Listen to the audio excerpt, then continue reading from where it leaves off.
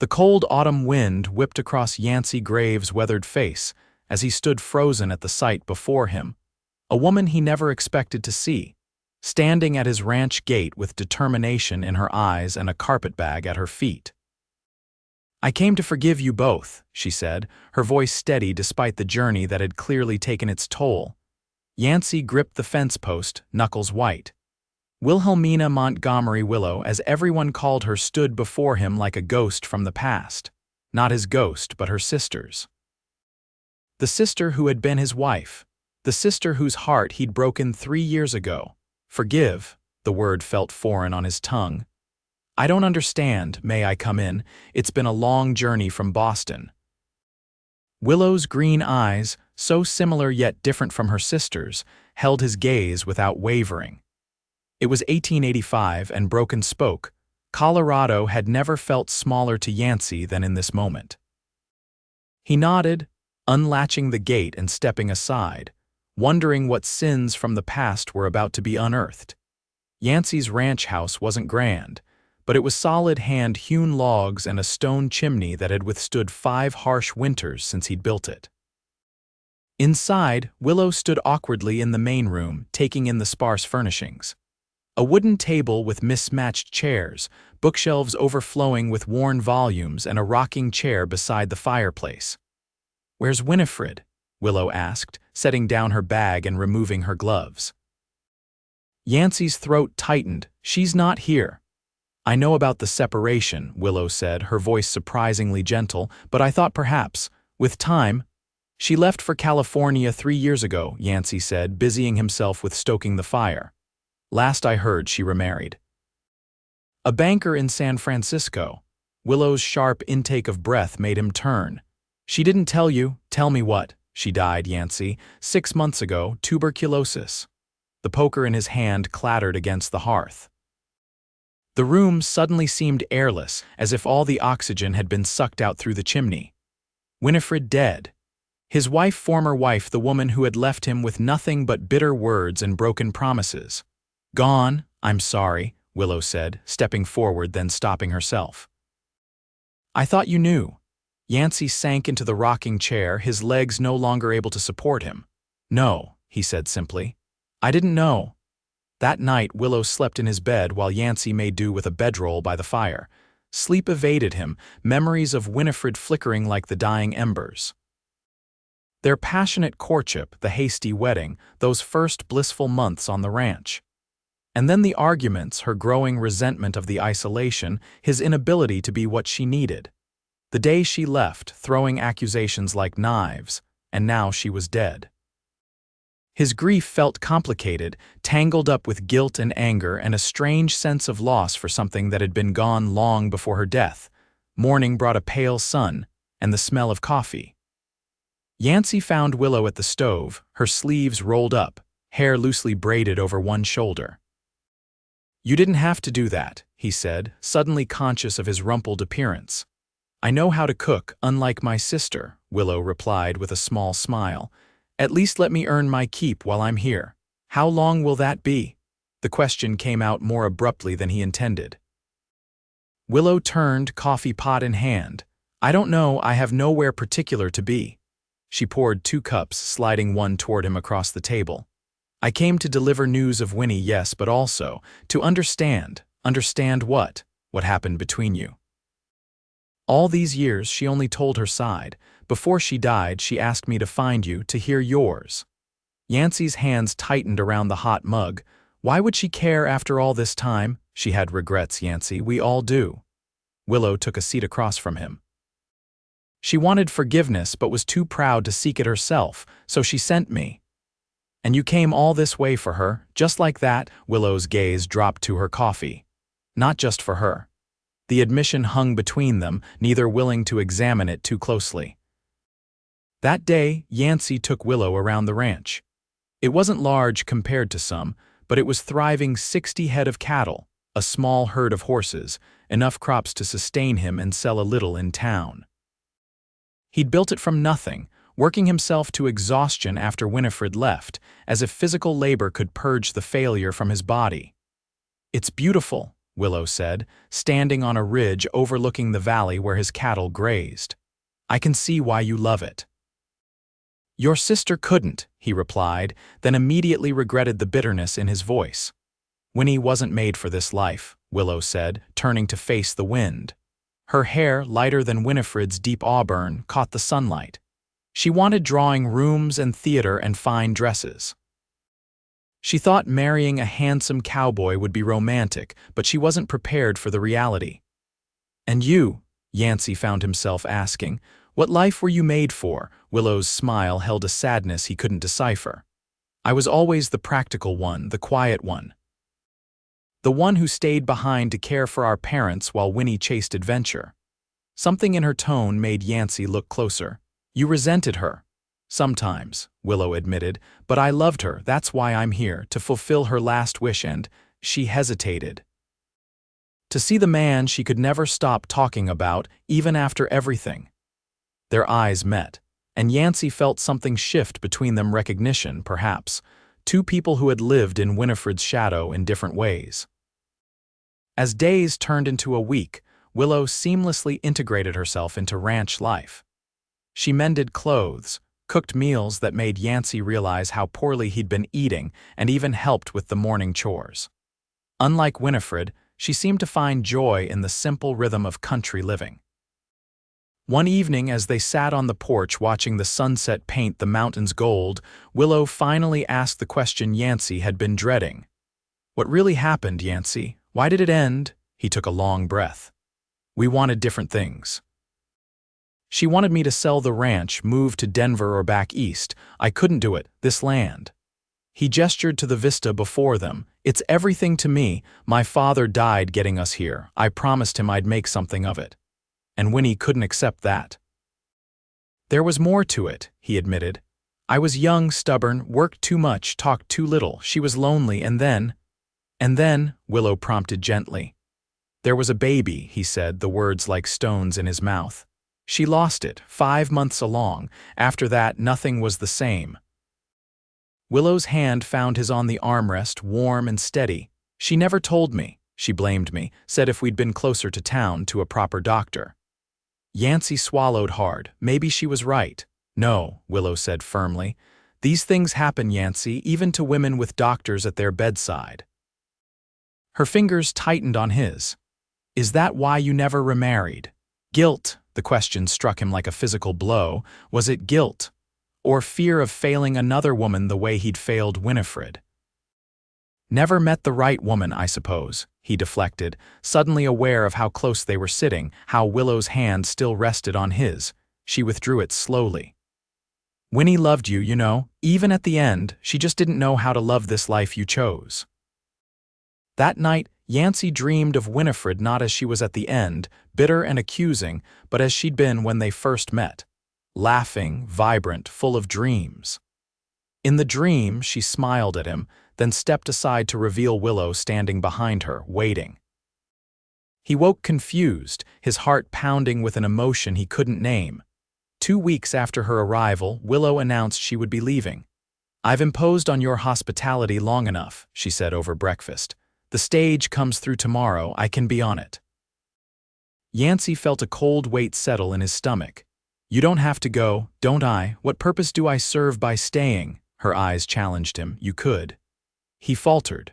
What could he offer her? A life of hard work on an isolated ranch, the same life that had made her sister miserable.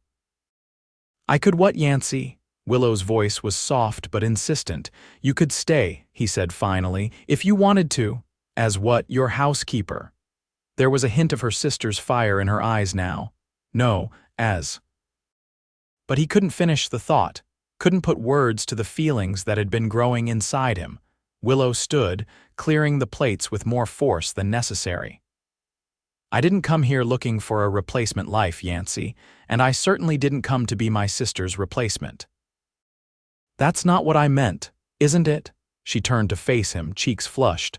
"I've seen how you look at me, how sometimes you start to say her name before catching yourself." "That's not fair," Yancey said, rising to his feet. "You look like her, yes.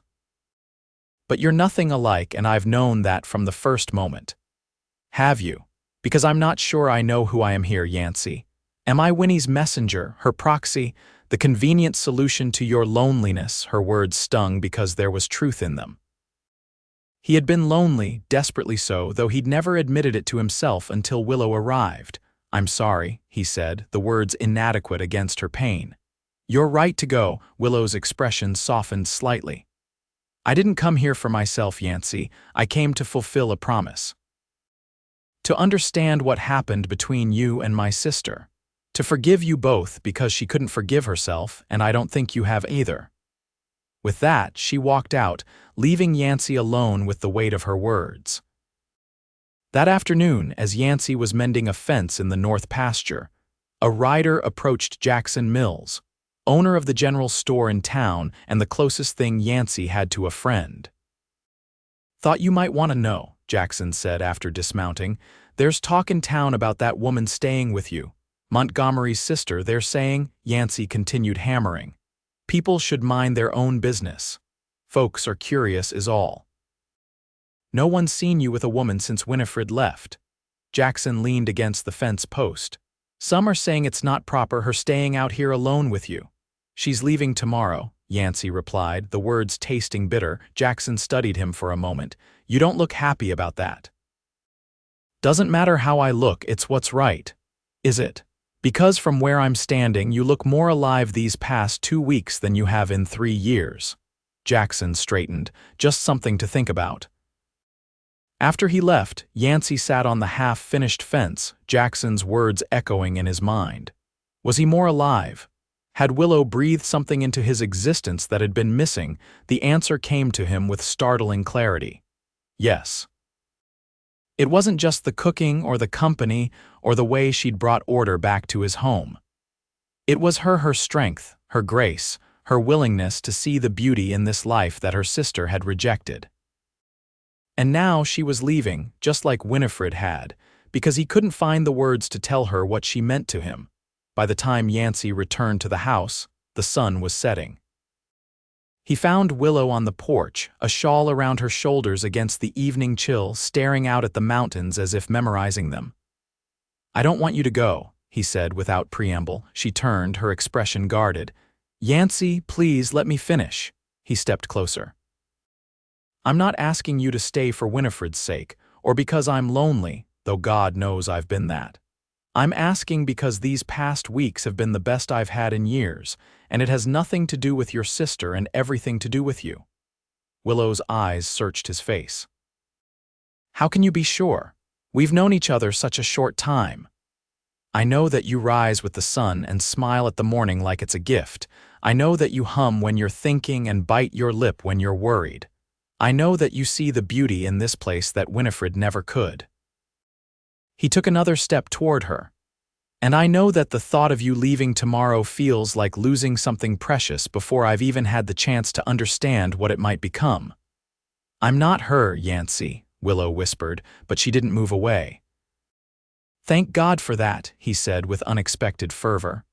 I loved Winifred, yes, but we were wrong for each other in every way that matters. What I feel for you is different, new, unexpected. What do you feel? The question was barely audible. Instead of answering, Yancey closed the distance between them and kissed her gently at first, then with growing certainty as she responded, her hands coming up to rest against his chest. When they pulled apart, Willow's eyes were bright with unshed tears. I never expected this when I came here. I thought I was fulfilling a duty to my sister, laying ghosts to rest. And now I'm wondering if perhaps she sent me here for reasons beyond forgiveness. A small smile played at her lips. Winnie always did have a flair for the dramatic. Perhaps this was her final gift to us both. That night, they talked until dawn about Winifred, yes, but also about themselves. Willow told him of her life in Boston, teaching at a girls' school, always the reliable sister while Winifred chased her dreams. Yancey spoke of his father, of the journey west that had claimed the older man's life, of his determination to make this land yield something good. Stay, he said again as the first light of dawn painted the room. Not forever if you're not certain. But long enough to see if what's growing between us is real. Willow touched his face, her fingers tracing the lines at the corners of his eyes. "I'll stay," she promised. "But not as your guest any longer. If the town already talks, let them talk about something real." The next day, they rode into Broken Spoke together. At the general store, Yancey introduced Willow to Jackson and his wife, Martha. At the small church on the edge of town, they spoke with Pastor Reed about publishing bans. "Are you certain this is what you want?" The pastor asked Willow privately when Yancey stepped outside. "It's all very sudden." "It is sudden," Willow agreed. "But sometimes life gives you unexpected gifts. My sister couldn't find happiness here, but I believe I can. I believe we can." 3 weeks later, they married in that same small church. The entire town turned out, curious about the woman who had succeeded where Winifred Montgomery had failed.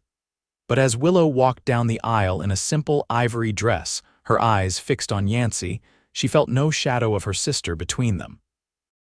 That evening, as they returned to the ranch, their ranch now, Yancey lifted her from the wagon and carried her across the threshold, both of them laughing at the traditional gesture. "Welcome home, Mrs. Graves," he said, setting her down carefully in the main room, which had been transformed with fresh curtains and wildflowers in mason jars. "It already feels like home," Willow replied, looking around at the space that, in just a few short weeks, had come to represent everything she'd never known she wanted. "I think perhaps I was always meant to find my way here." Later, as they lay together in the darkness, Willow's head resting on his chest, Yancey spoke the words that had been building inside him. "I love you, not because of her or in spite of her, just you, Willow, only you." She pressed a kiss to his shoulder. "And I love you, Yancey Graves."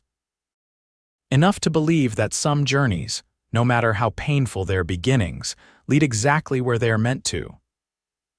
As summer faded into fall, Willow and Yancey settled into a rhythm of life that suited them both.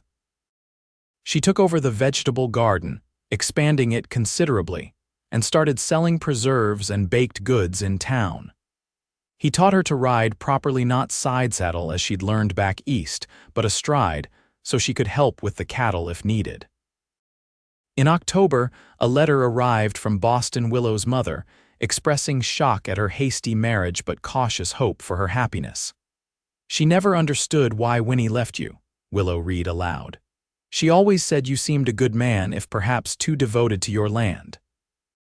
"She wasn't wrong about that," Yancey admitted, putting an arm around his wife's shoulders. "But I'm learning to balance better this time. The ranch matters, but not more than you do." As winter approached, bringing the first dusting of snow to the mountains, Willow began to suspect she was with child. She kept the suspicion to herself at first, not wanting to raise Yancey's hopes until she was certain, remembering the baby Winifred had lost.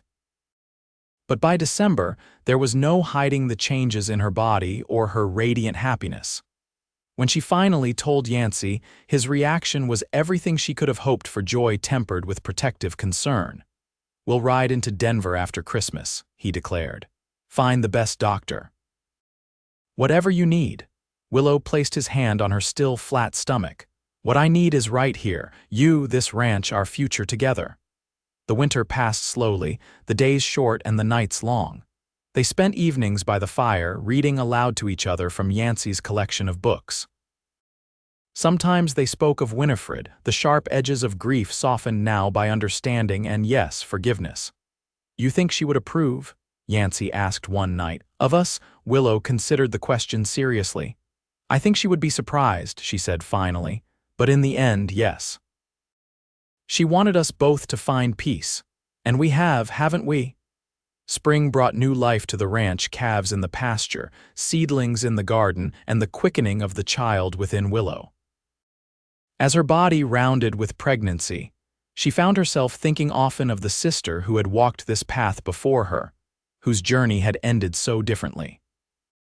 "I wish she could have found her happiness," she told Yancey one evening as they walked along the creek that marked the eastern boundary of their property. "Whether here with you or in San Francisco with her banker." "Some people never do," Yancey replied thoughtfully.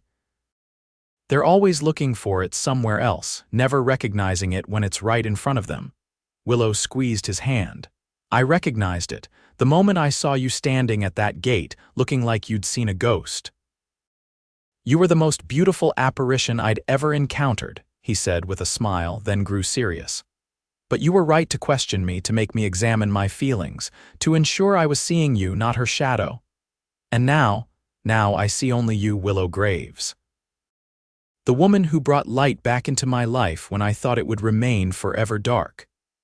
Their daughter was born in late July, a healthy, robust child with a shock of dark hair and eyes that promised to be as green as her mother's. They named her Hope, not for Winifred, though the memory of her was honored in their hearts, but for the future that stretched before them, bright with promise. When Hope was a month old, Willow took her to the small cemetery on the hill behind the house. There, beneath an oak tree, Yancey had placed a simple marker in Winifred's memory. Your aunt was brave and beautiful and full of dreams, Willow told the sleeping infant. She loved your father in her way, though she couldn't love his life. But without her, I would never have found my way here, never have found him, never have had you. She touched the smooth stone. So we honor her memory, little one, and the journey that brought us together. That evening, as they sat on the porch watching the sunset, Hope asleep in her cradle beside them, Yancey took Willow's hand. Happy? He asked simply. She smiled, squeezing his fingers. Completely, are you? More than I ever thought possible. He gazed out at the land that had once been his only love, now shared with the woman beside him and the child they'd created. When you appeared at my gate that day, I thought you'd come to dredge up the past. Instead, you gave me a future. We gave it to each other, Willow corrected gently. And to Winnie, wherever she is. The forgiveness she sought, the peace she couldn't find. As darkness fell across the Colorado mountains, Willow leaned her head against her husband's shoulder, content in the knowledge that sometimes the most unexpected journeys lead to the truest destinations. She had come to this place seeking closure for her sister, forgiveness for them both. What she'd found instead was a love that had been waiting, perhaps, all along, as steady and enduring as the land that had brought them together. Hope stirred in her cradle, making small, contented noises. Yancey reached over to rock her gently, his weathered hand looking enormous against the delicate cradle. Willow watched them, her heart full to bursting with a love she'd never anticipated when she'd stepped off that stagecoach all those months ago. I came to forgive, she whispered, echoing the words she'd spoken at his gate. But I stayed to love. Yancey's smile in the gathering darkness was all the answer she needed.